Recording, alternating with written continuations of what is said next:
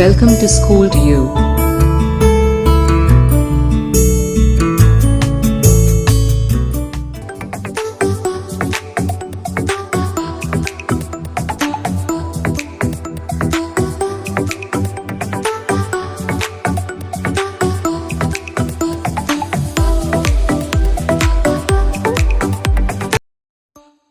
इस पाठ में सबसे पहली कृति हमसे पूछी गई है, खालील दिलेल्या घटना कालानुक्रमाने लावा। इसका उर्दू में तर्जुमा होगा, दर्ज झैल वाकयात को तरतीब से लगाओ। यहाँ पर ये वाकयात दिए हुए हैं अ, आ, ई। अब हम इसको तरतीब से लगाएंगे। तो पहले नंबर पर हम लिखेंगे ई, मॉरिशस ला डच पोहोचले। नंबर 2 पर हम लिखेंगे बड़ी ई, ब्रिटिशांनी फ्रेंचाकडून मॉरिशस बेट जिंकले। नंबर 3 पर लिखेंगे हम अ, मॉरिशसला स्वातंत्र्य मिळाले। नंबर 4 पर हम लिखेंगे आ, पहिला भारतीय मॉरिशस पहुंचला। कृति क्रमांक 2, आकृति बंद पूर्ण करा, खाके मुकम्मल कीजिए। उसमें अ है, मॉरिशस बेटावर वास्तव्य करून गेलेले विविध देशातील लोग। इसका उर्दू में तर्जुमा होगा, मॉरिशस जजीरे पर रिहाइश करके जाने वाले मुख्तलिफ ममालिक के लोग।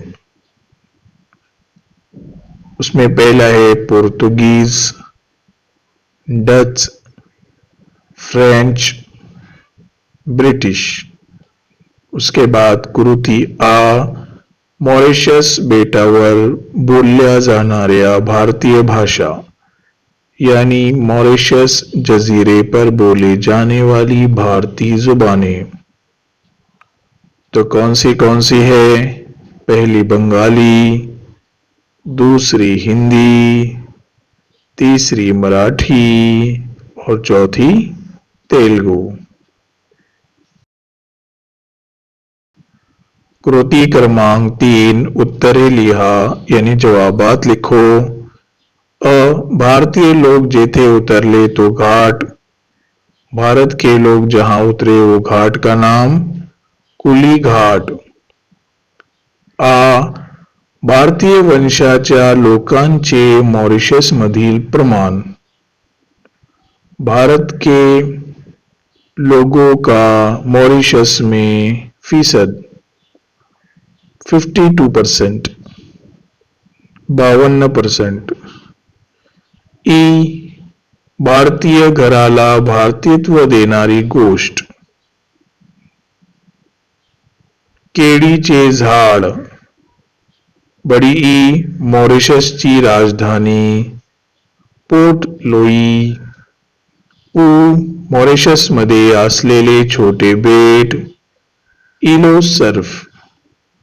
उ, मॉरिशसच्या घरांचा आकार होडी सारखा यानी नाव जैसा। कृति क्रमांक 4, खालील तख्ता पूर्ण करा, दर्ज झैल खाका मुकम्मल कीजिए। यहाँ एक वचन दिए हुए हैं, हमको उसके अनेक वचन लिखना है। नंबर 1 शहर एक वचन है, उसका अनेक वचन हो जाएगा शहरे।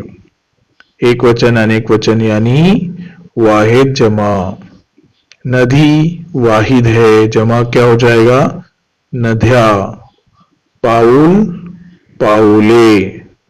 डोंगर डोंगर का डोंगर ही रहेगा।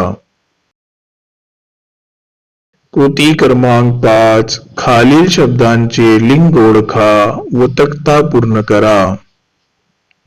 इसका उर्दू में तर्जुमा होगा, दर्ज झैल लफ्जों के जिन्स पहचानो और खाका मुकम्मल करो।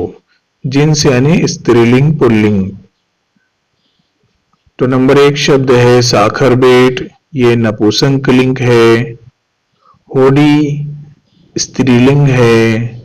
घुमट ये शब्द पुल्लिंग है। पृथ्वी ये शब्द स्त्रीलिंग है।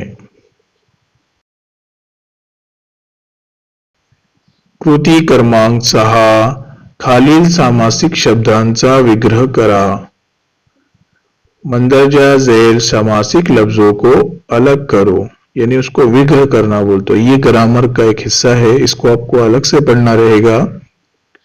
तो पहला समासिक लफ्ज है प्रतिदिन, उसको अगर हमने विग्रह किया तो क्या हो जाएगा? प्रत्येक दिवसी। नंबर 2 स्त्री पुरुष, स्त्री यानी पुरुष। यथाशक्ति, इसको अगर विग्रह किया जाए तो शक्ति प्रमाणे।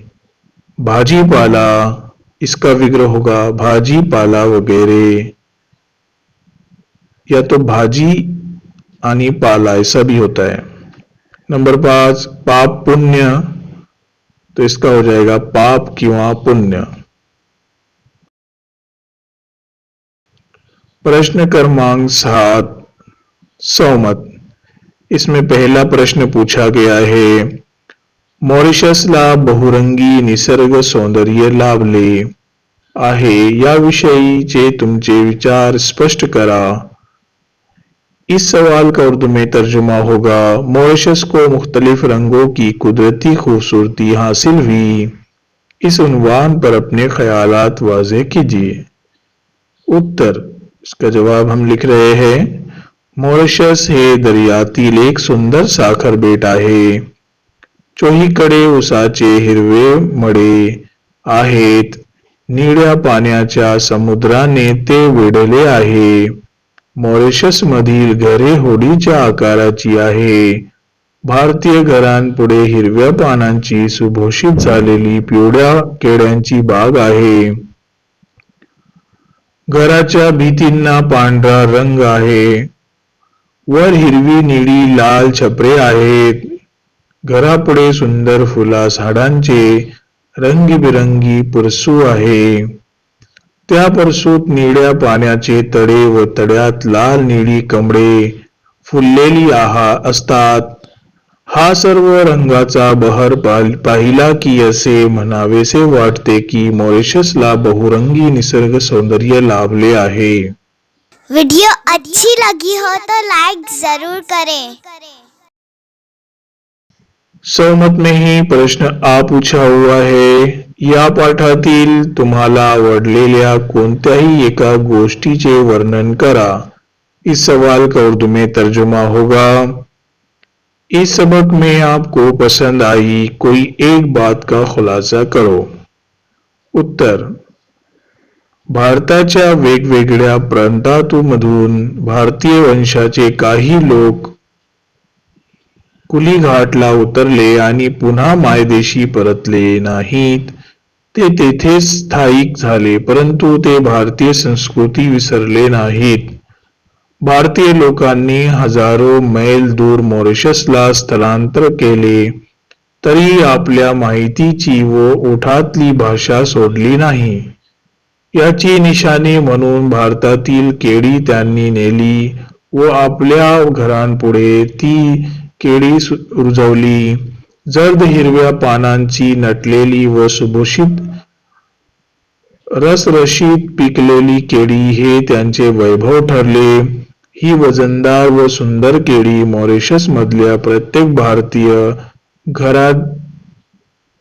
घराला त्याचे भारतीत्व देते आहे। ही गोष्ट मला आवडली।